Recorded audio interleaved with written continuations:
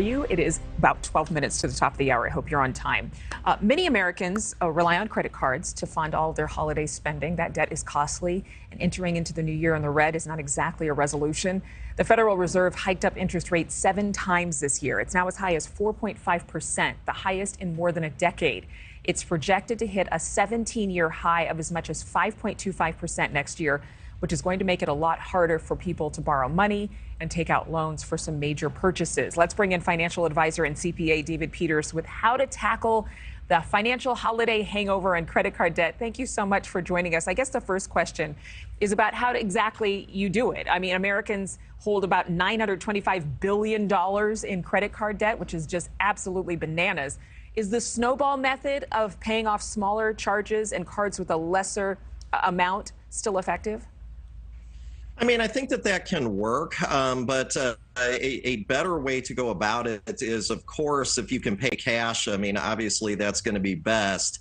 If you do need to pay with a credit card, or if you just have debt that has built up because of the holiday season, then try to pay off your higher interest rate credit card debts first.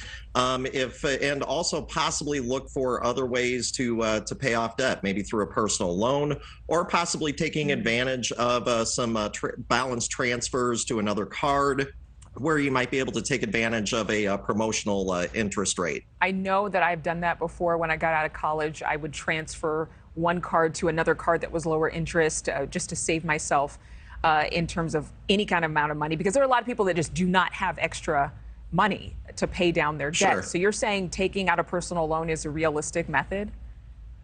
I think that taking out a personal loan is maybe not ideal. I mean, personal loan interest rates are high right now, but certainly that's going to be a better interest rate than you're going to see on credit card debt. So it's not maybe the preferred method. The preferred method is just to be able to pay cash. But if we can't do it, then maybe that might be the best option. Yeah, and maybe when you get paid, as soon as you get paid, put some money away in an envelope and use it to, for those expenses like gas or food, groceries.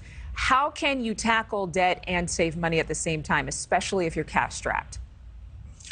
Well, I think that's going to be tough. I mean, especially over the last year, we have all been dealing with inflation. But, the thing to remember about debt is that you have to start chipping away. And so it's kind of the same thing with savings. And so I always try to tell my clients to do a little bit of both.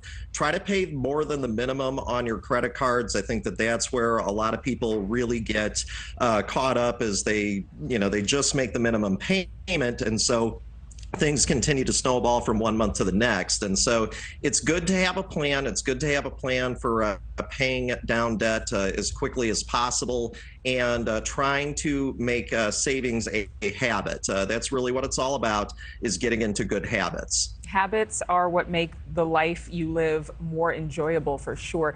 As we approach the new year, what is something that you would tell everyone to do entering into 2023 to stay fiscally fit? Well, I would say that the important thing is to not give up on savings. I know that it's been a tough year for a lot of folks. I mean, the markets have not cooperated as much as we would like. So just making sure to remember to save money and to do it on a regular basis. It will pay off, but it's just right now, I think it's sometimes for folks when they're going through their day-to-day, it's just tough to see that. But over the long run, you're going to be glad you did. Yeah, have that rainy day fund. Thank you so much, David, for being with us. Thank you for having me.